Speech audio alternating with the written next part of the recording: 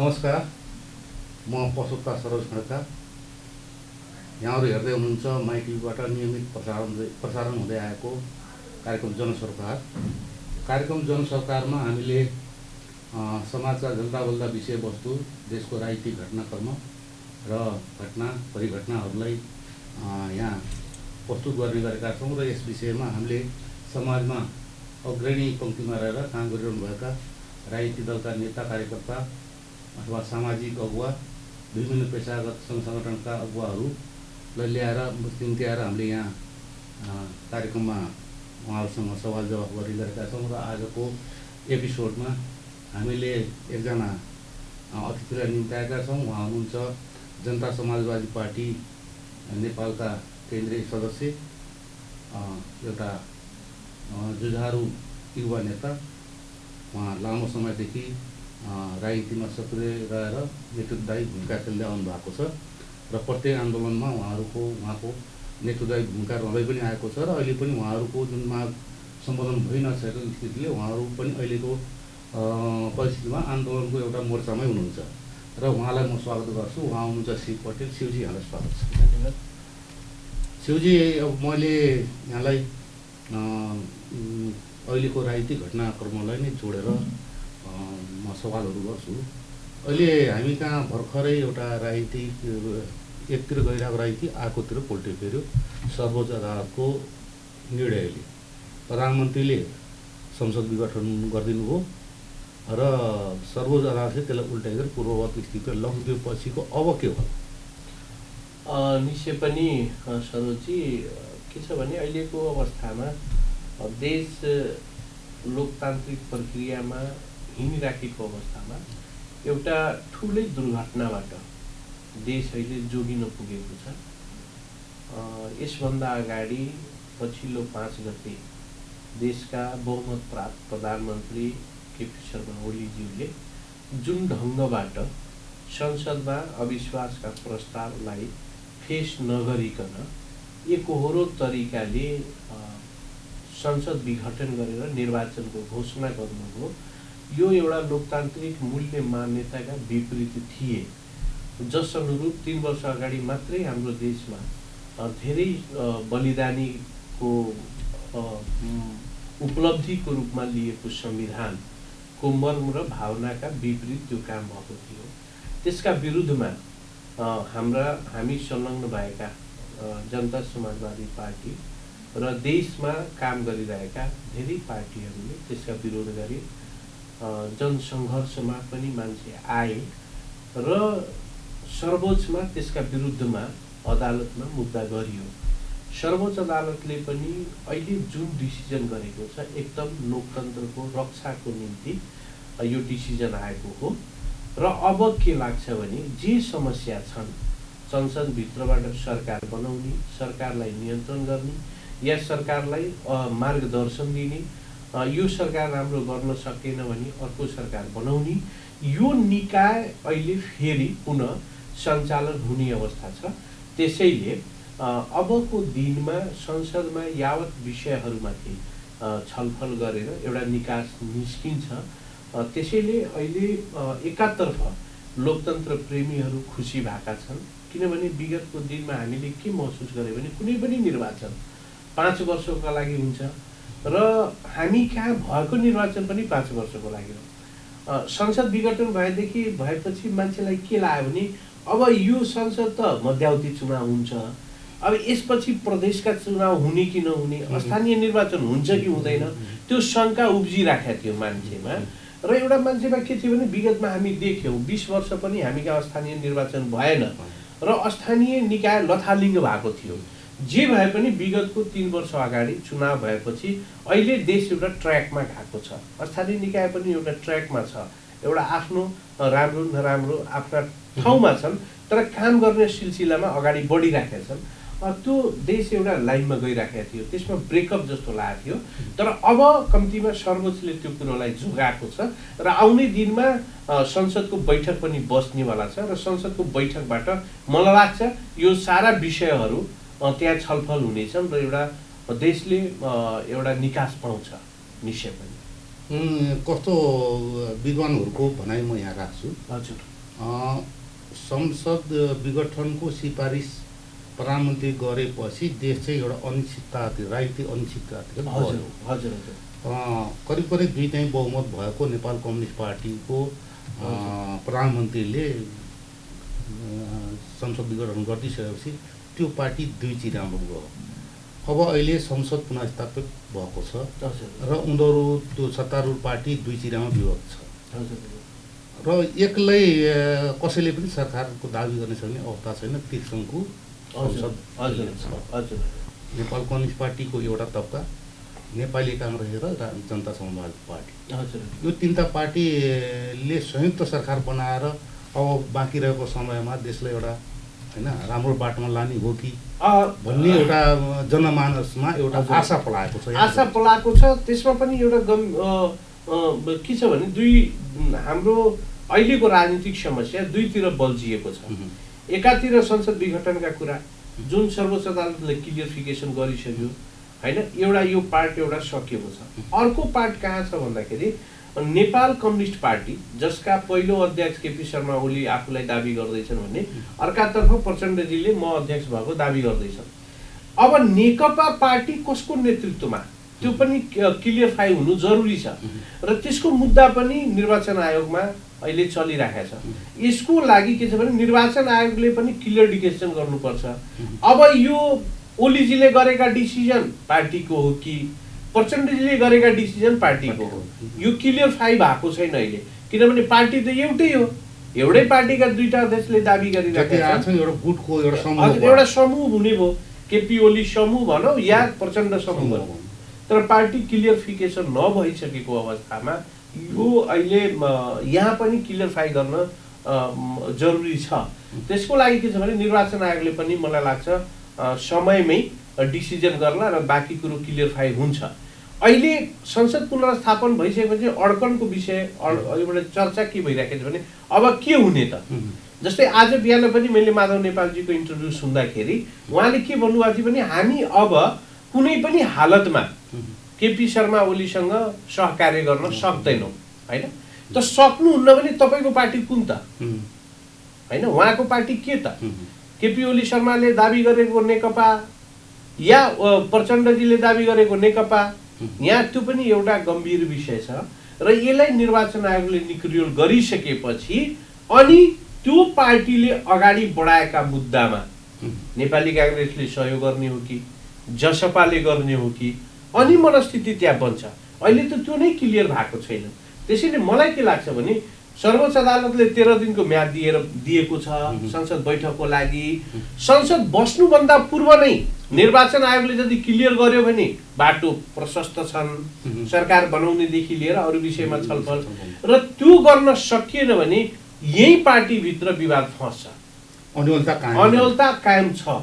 अब यो कहाँ भने सर्वोच्चले त क्लियर गर्यो, तर अब निर्वाचन आयोगका हातमा छ। अब निर्वाचन आयोगले के गर्छ अनि त्यसपछि ती पार्टीका नेताले जे डिसिजन गर्छन्, जसरी अगाडि बढ्छन् त्यसरी अरू पार्टीहरूले अगाडि बढ्ला।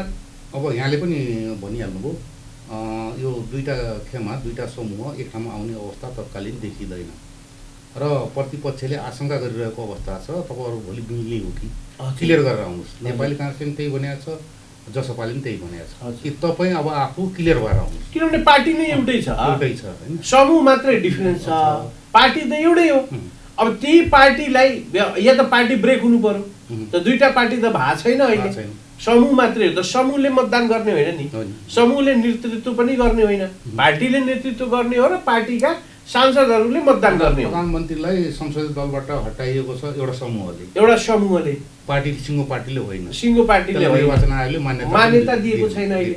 त्यसैले अब निर्वाचन आयोगले निर्णय गरेपछि सहज वातावरण बन्छ, उसको निर्णय कस्तो आउँछ। हजुर हजुर त्यसले क्लियर। यहाँनिर एउटा अर्को विषयवस्तु पनि उठिएको छ।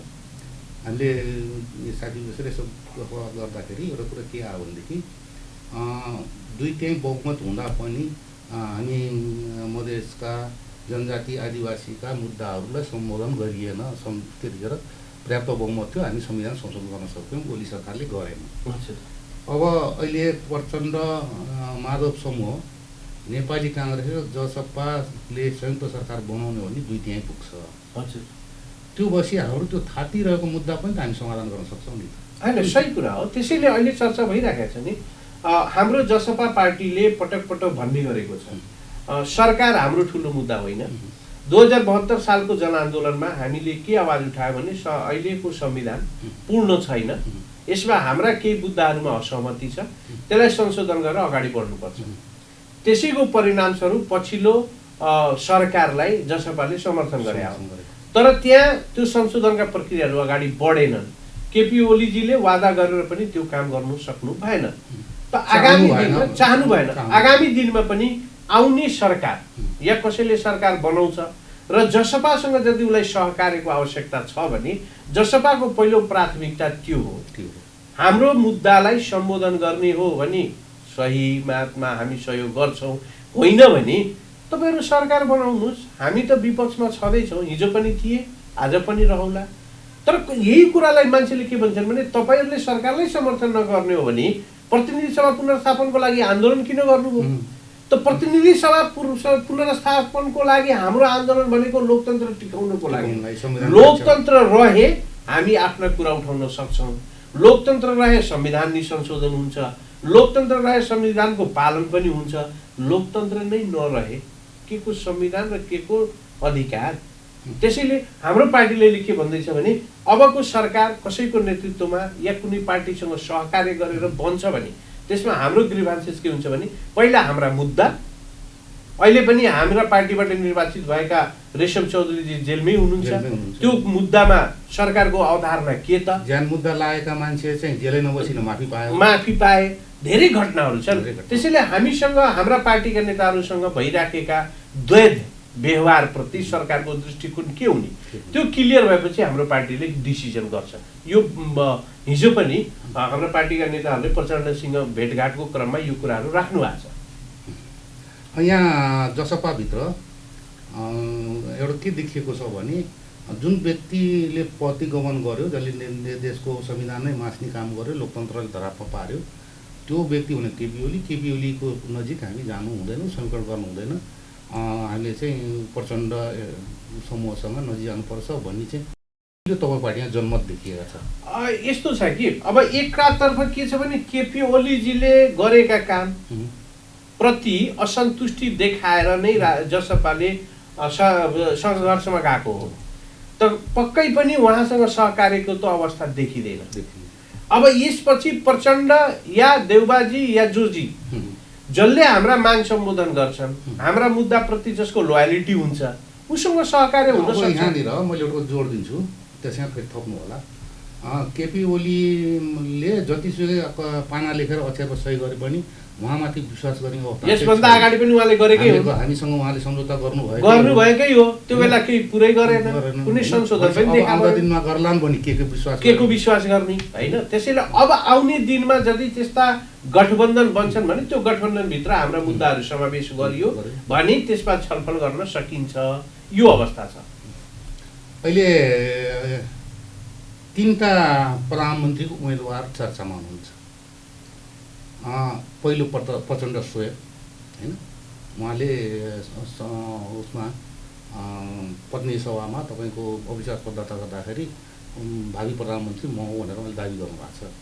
त्यो फिर्ता हुनु पनि सक्छ, राजनीतिक सहमति भयो भने उहाँहरूले भनेको कुरा हो।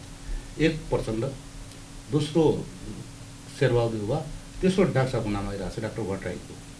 3जनाको चर्चामा छ। त्यो पार्टीले त्यो सम्बन्धित पार्टीले ल्याएको चर्चा होइन, नागरिक वृत्तमा यो चर्चामा छ। यी 3टा मध्ये एकजनामा सहमति हुनसक्छ भन्ने किसिमको एउटा चर्चा छ। यहाँलाई के लाग्छ? हेर्नुहोस्, यो पार्टीगत निर्णय पक्कै पनि होइन। तर के छ भने व्यक्तिगत आधारमा पनि सामाजिक सञ्जालमा या देशभित्र यी 3 चेहराका जहाँ सवाल छन्, 3जना यो देशका प्रधानमन्त्री बनिसकेका व्यक्तित्व। तर यदि 3जनाको नाम छ भने त्यसबाट विगतमा गरेका काम र आगामी दिनमा कसले राम्रो गर्न सक्छ भन्ने त्यसमा छलफल हुँदैछ। नागरिकको पनि त आवाज आउनु जरुरी हो नि। त्यो एउटा सामाजिक सञ्जालमा आइराखेको विषय हो, त्यसलाई पनि मनन गरिनुपर्छ र हरेक पक्षले मनन गर्नुपर्छ जस्तो लाग्छ। पार्टीगत कुरा त पार्टीले निर्णय गर्ने विषय हो। पहिला यो नेकपाको पहिले टुङ्गो लाग्नु पर्यो, त्यसपछि मुद्दाहरू छन् कोसँग सहकार्य गर्ने नगर्ने, यसमा अहिले भने यो नै हुन्छ भन्न सकिने अवस्था चौथो व्यक्ति किन हुन सक्दैन, किन हुन सक्दैन, युवा पिँढीको पनि कुरा आइराखेको छ होइन। र पछिल्लो समयमा एउटा आवाज पनि उठ्या हो, पीएम भइसकेका मान्छे मात्रै पीएम किन हुने, नयाँ मान्छेलाई अवसर किन नदिने, त्यो धेरै आवाजहरू उठ्न सक्छ। र प्र्याक्टिसमा कोही चारचोटि जस्तै मान्ने 4 चोटि प्रधानमन्त्री भए त केही फरकै परेन, अहिले 5औं पटक भएपछि देशको के फरक पर्ला भन्ने तर्क त हुन सक्छ। र यो बहसको विषय पनि हो। र हामी जस्तो युवाले के भन्छ भने निश्चय पनि जसले एकपटक अवसर पाए उनलाई नै पुनः अवसर दिनु आवश्यक त छैन। गर्ने मान्छे त धेरै हुन सक्छ नि, गर्ने मान्छे त धेरै होलान्, पार्टीभित्रै होलान्। एउटा खास गरी शेरबहादुर देउवाको विषयमा भन्दिनँ, उहाँ 5 वर्षसम्म 4 वर्षसम्म भइसक्नु भयो। उहाँ अन्तिम पटक त उहाँलाई चाहिँ के अरे उनै भनिएको थियो र उहाँले चुनावी प्रधानमन्त्री बनेर अलिकति चाहिँ धोइ बखाली गर्नुभयो, चुनाव सम्पन्न गरेर धोइ बखाली गर्नुभयो। र दुईटा प्रधानमन्त्रीले चाहिँ समय कम पाएका होइन। प्रचण्डले पनि एकदम कम समय पाउनुभयो, डाक्टर साहबले पनि एकदम समय कम पाउनुभयो। र उहाँले नैतिकताको आधारमा पार्टीभित्रबाट केही टिका टिप्पणी हुँदाल्छि स्वतः आफूले पत्या गरेका व्यक्तिहरू हुन् होइन। प्रचण्ड पनि दुवै कार्यकालमा त्यस्तै स्थिति सिर्जना भयो। डाक्टर साहब विकल्प रूपमा आउनुभएको थियो, डाक्टर साहबलाई बनाउँदाखेरि पनि डाक्टर साहब पनि आफ्नै भनौँ न प्रचण्ड एन्ड टिमको होइन, त्यहाँ पात्रहरूको हुन् भयो। र अब म के जोड्छु भने उहाँले नि कम समय पाउनु भएका, डाक्टर साहबलाई प्रयोग गर्ने हो कि फेरि एउटा विद्वान हो, त्यो छलफलका विषय हुन् होइन। पार्टीभित्र पनि छलफल हुन्छ, तर हाम्रो देशमा के देखिन्छ भने जसका बढी भोट छन् उसलाई प्राथमिकता दिने गरिन्छ, असल मान्छेलाई प्राथमिकता दिने चलन हामी कहाँ छैन। तर आगामी दिनमा त्यो चलन पनि आउने हो कि त्यसबाट के सिस्टम बसाल्नुपर्छ। किनभने हामी कहाँको एउटा अझ नेपाली बिग्रिनुको एउटा अर्को पनि कारण छ, हामी असललाई असल भन्दैनौँ, हाम्रोलाई हाम्रो भन्ने परम्परा छ, राम्रोलाई हाम्रो भन्ने परम्परा लाग्नु पर्छ। हाम्रो छिमेकी मित्र राष्ट्र भारतमा एउटा प्र्याक्टिस भयो, एउटा सानो पार्टीको नेता चन्द्रशेखर जसलाई बनाइयो, नेता ठुलो हुनुहुन्थ्यो, उहाँको भिजन ठुलो थियो, त्यहाँबाट त धेरै सिख लिन सकिन्छ। अहिले पनि भारतमा तपाईँको गठबन्धन सरकार 5 वर्ष ठिक छ, हामी कहाँ 2/3 हाराहारीको सरकार टिक्दैन, 3 वर्षमा ढल्छ। त्यसैले हामी कहाँ सिक्नुपर्ने कुराहरू धेरै छ। तर अन्य अब विभिन्न राजनीतिक दलहरूले पनि यो कुरालाई मनन गरेर अगाडि बढ्न सक्यो भने हुनसक्छ। ठिक छ, विगतमा गल्ती भयो, त्यसैलाई दोहोऱ्याइराख्नु जरुरी छैन नि। असल मान्छेलाई पनि असल मान्छे खोजौँ न, त्यो भित्र होला नि। यहाँ एउटा कुरा अहिले मैले नबोली नहुने कुरा छ, यहाँसँग नसोची नहुने कुरा छ, खास गरी तपाईँ युवा पङ्क्तिसँग जुनसुकै पार्टीमा नि अलि मेजर पार्टी 3टा छन् होइन, कम्युनिस्ट, काङ्ग्रेस र जसपा। हाम्रो देशमा अरू देशमा चाहिँ युवा जनशक्ति एउटा दरिलो भएर बसेका हुन्छन्, उनीहरूले पार्टी चलाउँछन् होइन, देशलाई पनि नेतृत्व प्रदान गर्छन्। हाम्रो देशको राजनीतिक पार्टीमा युवा पङ्क्ति चाहिँ झोले भएर बस्दै उहाँहरूले चाहिँ त्यस्तो पार्टीभित्र त्यस्तो ठुलो दबाब सिर्जना गर्न सक्नु भएको छ। कारण के छ भने हामी कहाँ हेर्नुहोस् अहिले पनि पार्टीभित्र पनि लोकतन्त्र पूर्ण रूपमा स्थापित भएको देखिँदैन। युवा पङ्क्तिका साथीहरू जुन रूपमा अगाडि बढ्नुपर्ने हो, यहाँ अब हामी कहाँ के अरे मर्ने सैयामा पुग्दासम्म पनि मान्छेले युवा भन्ने परम्परा छ। अब भन्दाखेरि कसैलाई दुःख लाग्छ, तर राजनीतिमा के छ भने राजनीति सेवा हो, र यो सेवालाई जो जसका बुद्धि विवेक दिमाग ठिक हुन्छ उसले राम्रोसँग गर्न सक्छ। कुनै पनि काम, रिटायरमेन्टको अवस्था हाम्रो देशमा पनि छ। एउटा कर्मचारी सीमित उसको उमेर हुन्छ र त्यो उमेरभित्र उसले काम सकिनुपर्छ। आफ्टर देन ऊ रिटायर हुन्छ, त्यसपछि के हुन्छ भने उसलाई आराम गर्ने अवसर दिएको हुन्छ राज्यले। त्यही राज्य सञ्चालनको लागि कुनै रिटायरमेन्टको अवस्था छैन। हामी कहाँ के छ भने पार्टीले जे भन्यो त्यहीमा कुद्यो भन्ने परम्परा छ। पार्टीभित्र पनि डिबेट हुनुपर्छ, पार्टीभित्र पनि छलफल हुनुपर्छ। र अब हरेक पार्टीका युवाहरू यो होइन कि यो जसपा र काङ्ग्रेसमा मात्र होइन, नेपालमा राजनीति गर्ने जुन पनि पार्टी हुन् त्यसभित्रका युवा साथीहरू अब अगाडि आउनुपर्छ र तिनीहरूले नेतृत्व गर्ने अवस्था बन्नुपर्छ। हामी यो पार्टी त्यो पार्टी नभएर युवा जमात जो राजनीतिमा सक्रिय हुनुहुन्छ उहाँहरूले एउटा साझा मोर्चा बनाउन सक्नुहुन्न। सकिन्छ, त्यो प्रयास मात्रै नभए हो, प्रयास मात्रै नभए हो। अहिले हेर्नुहोस्, अहिले राजनीतिमा आएका युवा पङ्क्तिमा केन्द्रीय स्तरमा नि युवा नेताहरूले अवसर पाउनसाथ केही उहाँहरूले ओपनिङ देखाउनु भएको छ, गर्छन्, काम त गर्छन्, देखाउँछन् देखाउँछन् होइन। हजुर हजुर। त्यो एउटै मन्त्रीलाई 5 चोटि रिपिट गर्नुभन्दा एकचोटि युवा मन्त्रीले दिँदाखेरि अरू धेरै नाम लिँदा समय छैन।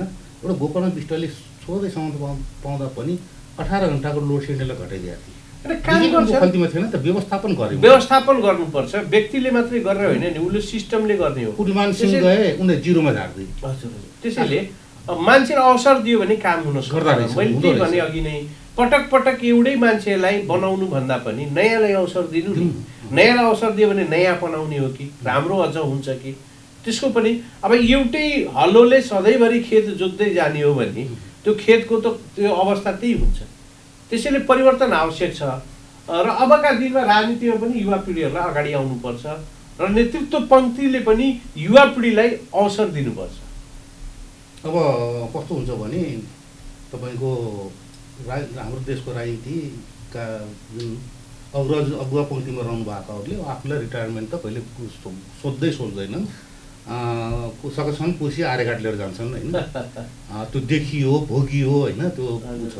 त्यो उनीहरूले मैले भन्दा उहाँहरू हाम्रा अग्रज नेतृत्वलाई सम्मान साथ उहाँलाई अग्लो कुर्सीमा लगाएर राखिदिने काम चाहिँ हामीले गर्ने। अब उहाँहरू दौडिन सक्नुहुन्न, सङ्घर्ष गर्न सक्नुहुन्न, हामी त सक्छौँ, हामीसँग अझ समय छन् होइन। त्यो हुनाले त्यस्ता व्यक्तित्वहरूलाई सम्मान गर्नुपर्ने व्यक्ति सम्मान गर्ने, समान ठाउँमा राख्ने। युवाहरूले जहिले पनि आफ्नो नेतृत्व पङ्क्तिलाई सम्मान गरेकै छन्। असम्मान कसैलाई गरेका छन्, यो पनि सम्मान नै हो। कहिले नबोल्ने, आँट नगर्ने, साहस नगर्ने, यो पनि सम्मान हो। तर त्यो सम्मानलाई हाम्रा अग्रजहरूले पनि ग्रहण गरिदिनुपर्छ त्यो सहज रूपमा कि अब युवाहरूले यति हामीलाई सम्मान गर्दा गर्दै पनि सबै अवसर हामीलाई मात्रै किन, यो अवसरमध्ये केही अवसर युवाहरूलाई दिँदै जाउँ। त्यो हाम्रा नेतृत्व पङ्क्तिले बुझ्नुपर्छ। अब अझै फेरि म राजनीतितिरै उतै अहिलेको वर्तमानको अवस्थाको राजनीतिमा फर्किन्छु। सङ्कट टरेको छैन। हजुर, अहिले पनि राजनीति सङ्कट टरेको छैन। ओलीको के अरे त्यो खोलीभित्र के पाकिरहेछ थाहा छैन। आएको छन् कुरा, उहाँले संसदमा फेस गर्छु भन्नुभएको छ। आज क्याबिनेटको मिटिङ बोलाउनु भएको छ। संसद अधिवेशन उहाँले नबोलाइ सुख पनि छैन। संसद बस्छ, उहाँले क्याबिनेट के अरे अविश्वास प्रस्ताव फेस गर्नुहुन्छ। आफ्नो पार्टीको बहुमत छ, उहाँले व्हिप जारी गर्नुहुन्छ। यदि उहाँले बहुमत पायो भने उहाँ आफ्नो सरकार रहेको, यदि अल्पमतमा पर्नुभयो भने उहाँले देशमा सङ्कटको लागि होइन। यो कुरोमा के छ भने अब गर्नुहुन्छ के, त्यो त उहाँको कुरा हो। तर संवैधानिक हुन्छ। अब त्यही त, अब यो त कुरा देखिसकेका छौँ हामी पछिल्लो दिनमा। तर आउने दिनमा के छ भने उहाँ पिएम भएदेखि जुन ढङ्गबाट प्रतिनिधि सभाको उहाँले विघटन गर्नुभयो र आज त्यो प्रतिनिधि सभालाई राज्य के अरे सर्वोच्चले पुनर्स्थापित गरेको छ। नैतिकताको आधारमा पिएमले अहिले नै राजीनामा दिइसक्नु पर्ने थियो, तर उहाँले त्यो गर्नु भएन। उहाँले के दाबी गर्नुभएको छ भने म संसदलाई फेस गर्छु। हो, त्यो पनि एउटा लोकतान्त्रिक अधिकार हो, लोकतान्त्रिक प्रक्रिया हो, उहाँले गर्नुपर्छ होइन। अब उहाँले बहुमत पेश गर्नुभयो भने लोकतन्त्रले त बहुमतकै मान्यता दिन्छ होइन। लोकतन्त्रमा संसदमा हामीले भन्न खोजेको के हो भने संसदमा अविश्वासको प्रस्ताव नै नल्याइकन, चुनावै नभइकन, नयाँ प्रधानमन्त्री नै चयन नहुने अवस्था भयो भने विघटन गर्न पाइन्छ। त्यसैले अब मानिलिनुहोस् पिएमले भोलि संसदमा बहुमत आफ्नो कुनै हिसाबले बहुमत सिद्ध गर्नु हो भने उहाँ त प्राइम मिनिस्टर भइहाल्यो नि। लोकतान्त्रिक प्रक्रिया त्यो पनि हो। त्यो बेला त फेरि बोल्ने अवस्था पाउँदैन। हामीले किन बोल्यो भने लोकतान्त्रिक प्रक्रियालाई पुरा नगरिकन संसदलाई विघटन गर्ने काम गरियो। यो चाहिँ असंवैधानिक हो। अब त्यो संविधानभित्रै रहेको संसदभित्र उहाँले बहुमत पुर्याउनु भयो भने लोकतन्त्रको आधारमा उहाँ फेरि प्राइम मिनिस्टर हुन सक्नुहुन्छ। व्यावहारिकमा उहाँ जस्तो छ भने उहाँ लोकतान्त्रिक प्रक्रिया अब त्यहाँ पनि म भइन भन्ने सङ्कटकाल लाउनु भन्दा पनि जो हुन्छ पिएमओले सरकार त चलाइहाल्छ नि। उहाँले हुनै दिनुहुन्न। अनि कसरी हुन दिनुहुन्न? सङ्कट लगाइदिएको काल लगाइदिएपछि सबै नागरिक अधिकार लिन मन अब हुन्छ के छ भने हैन अब त्यो राज्य त छ नि अहिले, यहाँ पनि संवैधानिक निकायहरू त छन् नि। जसरी हिजोको दिनमा उहाँले त संसद विघटन गरेकै हो नि। गरेकै आखिर सर्वोच्च अदालत त नेपालमा जिन्दा छ भन्ने कायम गर्यो नि, सर्वोच्चले त्यो पुनर्स्थापित गर्यो, त्यो पनि संवैधानिक निकाय हो। त्यसै गरी देश त एउटैले चलाउने होइन नि, देश एउटाले चलाउँदाखेरि निकायहरूले वर्क गरिराखेका हुन्छ। लोकतन्त्रको परिभाषा लोकतन्त्रको भाषाभित्र पर्छ। अरू लोकतान्त्रिक संवैधानिक निकायले त्यसका अनुसरण गर्लान् या कसरी छलफल गर्ने त्यो बेलाको अगाडि बढ्छ मुभमेन्ट। अब अहिले नै हताश मनस्थिति बनाएर बसिहाल्नु पर्ने अवस्था छैन। बुझ्नुपर्छ मैले एउटा प्रयोग गरेँ आफ्नो पक्षमा ऊ राख्नलाई म असफल भएँ भन्ने कुरा उहाँले एउटा शिक्षा लिनुभयो भने त्यो काम गर्नुहुन्न त्यो गर्नुहुन्न नभए देशमा स्थिति सहज हुँदैन उहाँको लागि पनि हितकर छैन, देशको लागि पनि हितकर छैन। र म अलिकति प्रदेश सरकारतिर आउँछु। प्रदेश सरकार यहाँको पार्टीको छ र पहिला चाहिँ के भनिन्थ्यो 2 नम्बर प्रदेश सरकार स्थिर छ, जहिले पनि नीतिदेखि ढल्न सक्छ भनिन्थ्यो। अरू 6वटा सरकार चाहिँ उटङ्कट छ, कोही त 2/3 थियो। अहिले ती 5वटा प्रदेश सरकार चाहिँ अस्थिर छन्। 2 नम्बर प्रदेश सरकार बलियो भएको छ, एउटै पार्टीको बहुमतको सरकार छ। अहिले विपक्ष कुनैले त्यहाँ दबाउन सक्ने स्थिति छैन। तर 2 नम्बर प्रदेशमा बढी भ्रष्टाचार भयो भनेर आइरहेछ। 2 नम्बर प्रदेश सरकार बहुमतको सरकार हो, यहाँ त 2/3 छैन। यसरी हेर्नु भने सरसर्ती यो सरकार पनि धेरै मजबुत भएको त होइन, एउटा मतले मात्रै सरकार बन्या हो। त्यो पनि एउटा मत भनेको कति गम्भीर छ त्यो तपाईँ हामी बुझ्न सक्छौँ। तैपनि प्रादेशिक रूपमा भर्खरै गठन भएको प्रदेश सरकार मध्ये मधेसमा प्रदेशको लागि बढी आवाज उठेको हो। त्यसैले यो सरकारप्रति हामी सबैको ध्यान पनि छ, चिन्ता पनि छ, अपेक्षा बढी छ। र यो प्र्याक्टिसमा अब काम गर्दैको सिलसिलामा प्रदेश सरकार भर्खरै गठन भएको छन्, धेरै नियम कानुनहरू बनिसकेका अवस्था छैनन् हैन।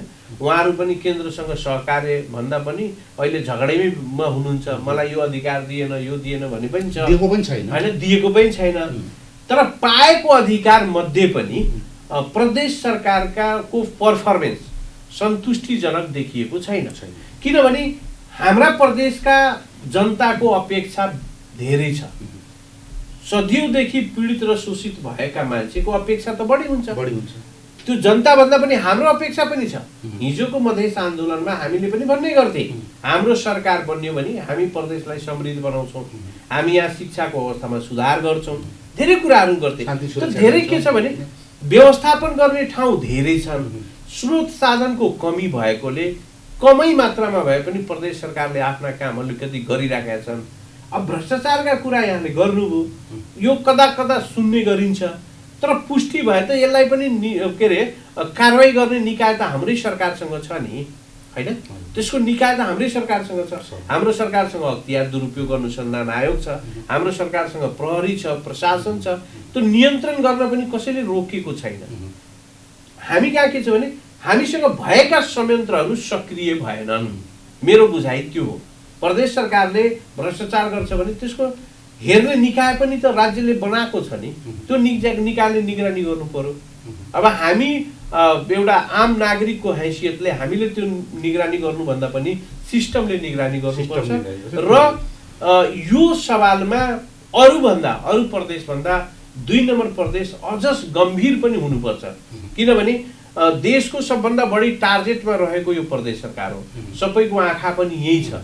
म आग्रह पनि गर्छु हाम्रै पार्टीका साथीहरू यहाँ सरकार चलाइराख्नु भएको छ, उहाँहरूले पनि काम गर्दाको अवस्थामा यदि के त्यस्ता गल्तीहरू भइराखेका छन् भने त्यसलाई सुधार गरेर जनमानसको आवाजलाई अगाडि बढाउन जरुरी छ।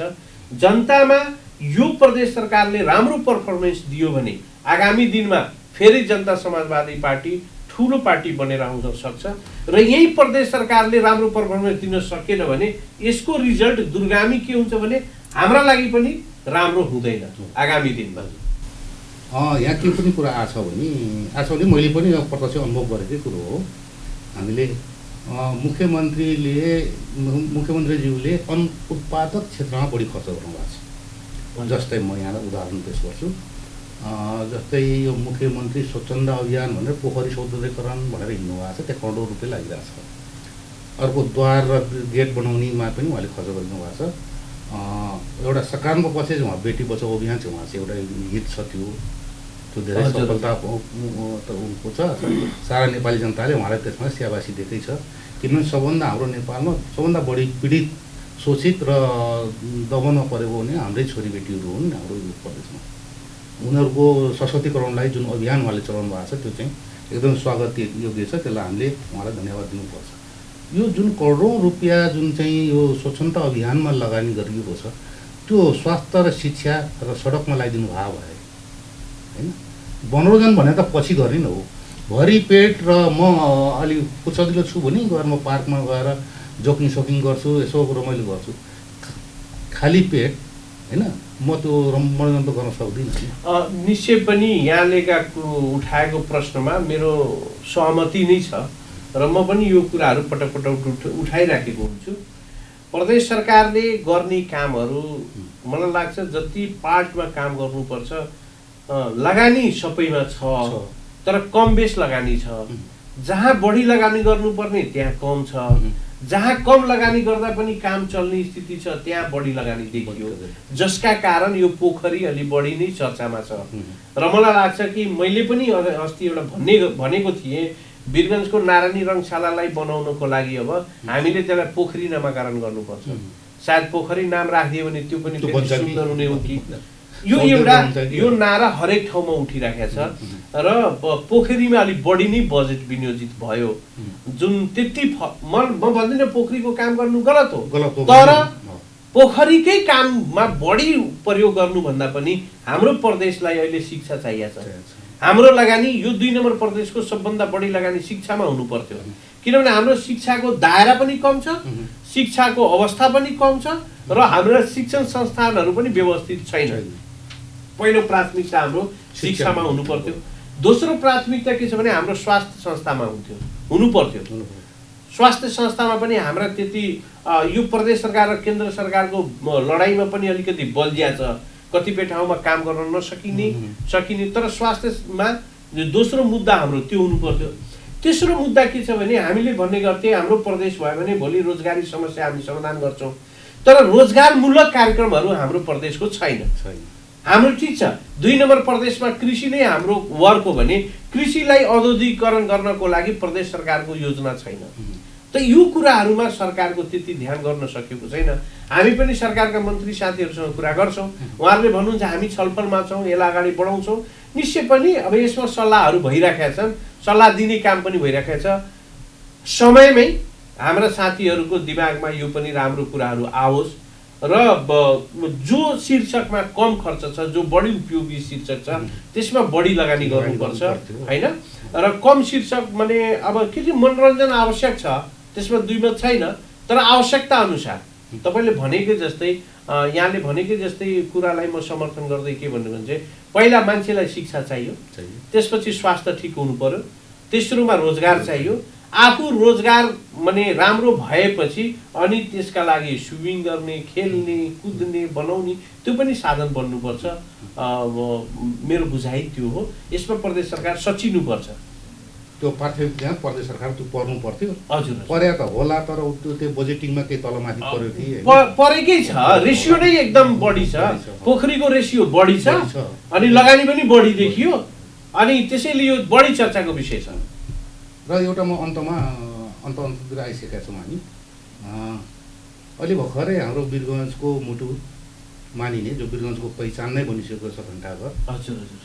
घण्टाघरमा मधेस आन्दोलनको कर्ममा शहीद हुनुभएका हाम्रा वीरहरूको शालिग स्थापना गरियो र हाम्रो पहिलो, दोस्रो, तेस्रो भनौँ न आन्दोलनमा 8 जना हाम्रो वीरगञ्जबाट शहीद हुनुभएको थियो र ती मध्येबाट पहिलो मधेस आन्दोलन, दोस्रो मधेस आन्दोलनका शहीदहरूको 3 जना छुट्याइएर 5 जनाको बनाइयो।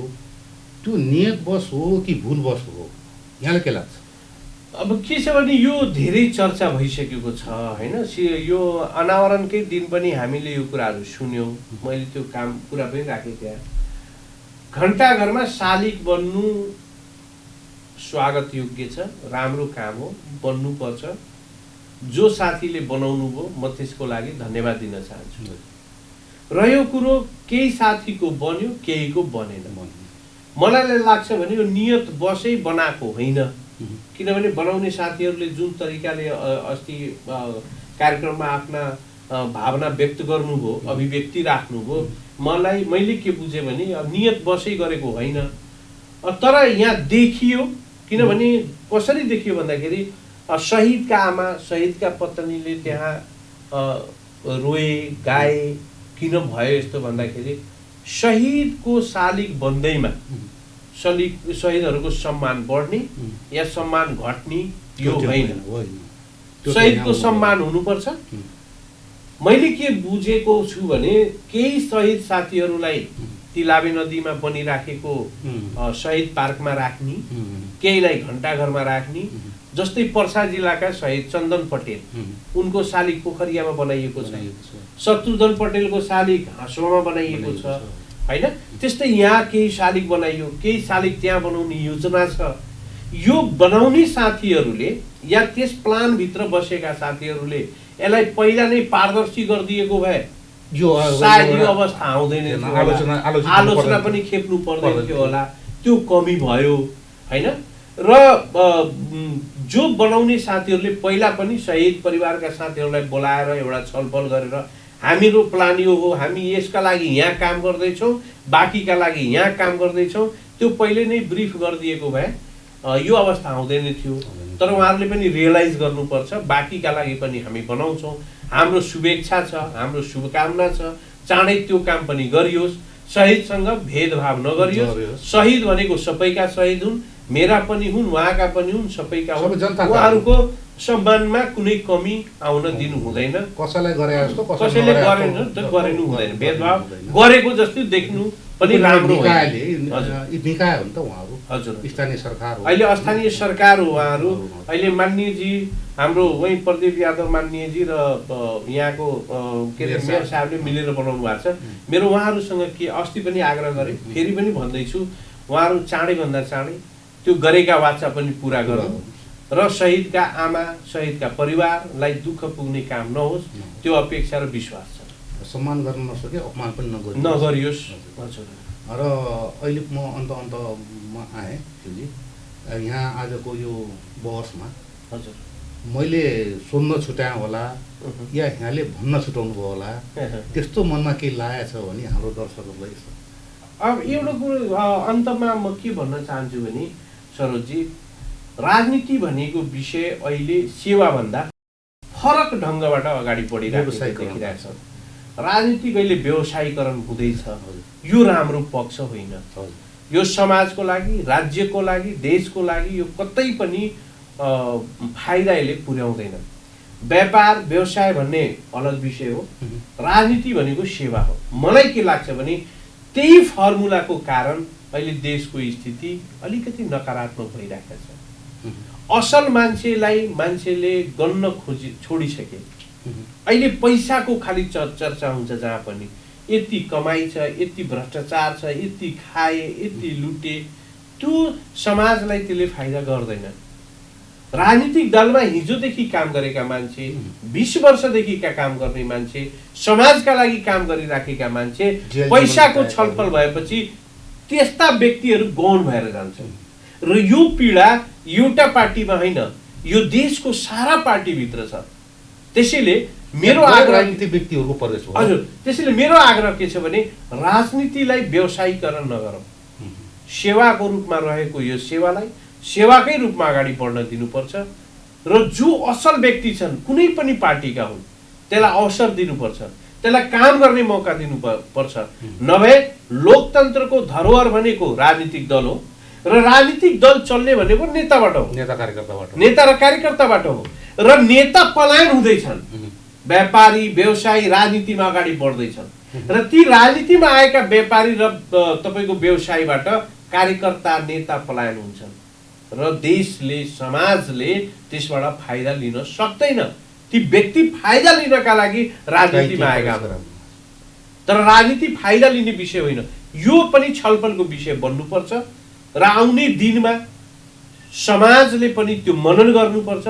को व्यक्ति कस्ता, को राजनीतिक व्यक्ति हुन्, को समाजका लागि काम गरेका हुन्, को देशका लागि काम गरेका हुन्, त्यसलाई अवसर दिँदै जाने हो भने मलाई लाग्छ राजनीतिमा विकृति कम पैदा हुन्छ र यो छलफलको विषय बन्नुपर्छ। सबै पार्टीभित्र छलफलको विषय बन्नुपर्छ, यो समाजमा पनि छलफलको विषय बन्नुपर्छ। र यहाँले मलाई यहाँ आफ्ना कुरा राख्ने मौका दिनुभयो। यहाँ सहित यो माई टेलिभिजनका सम्पूर्ण साथीहरूलाई मेरो तर्फबाट हार्दिक हार्दिक धन्यवाद। हस्त दर्शकहरू, आज हामीसँग हुनुहुन्थ्यो शिव पटेल र उहाँ मधेस आन्दोलनका अग्रणी मोर्चाका युवा नेता। उहाँ विद्यार्थी कालदेखि नै मधेसी जनताका अधिकारका निम्ति लड्दै आउनुभएका, नेतृत्व भूमिका निर्वाह गर्दै आउनुभएका युवा नेता हुन्छ र स्पष्ट बोल्नुहुन्छ। आफ्नो पार्टीका भित्र पनि उहाँ एउटा खरो वक्ताको रूपमा परिचय बनाउनु भएको छ। आज हामीले केन्द्रीय सरकारदेखि स्थानीय प्रदेश र स्थानीय सरकारका विषयमा केही छलफलहरू गऱ्यौँ। केही कुरा उहाँले स्वीकार पनि गर्नुभयो, यहाँ भएका बिग्रिएका अथवा गर्नुपर्ने कुराहरू छुटेका विषयमा पनि उहाँले कुरा गर्नुभयो र हाम्रो विरगञ्जनको विषयमा पनि केही हामीले बहस गऱ्यौँ। आजको लागि यो बहस कार्यक्रम जनसरकार नै अन्त हुन्छ। म मेरो अतिथि शिव पटेलसँगै म पशुता सर्वप्रका पनि बिदा हुन्छु। हवस्, नमस्कार।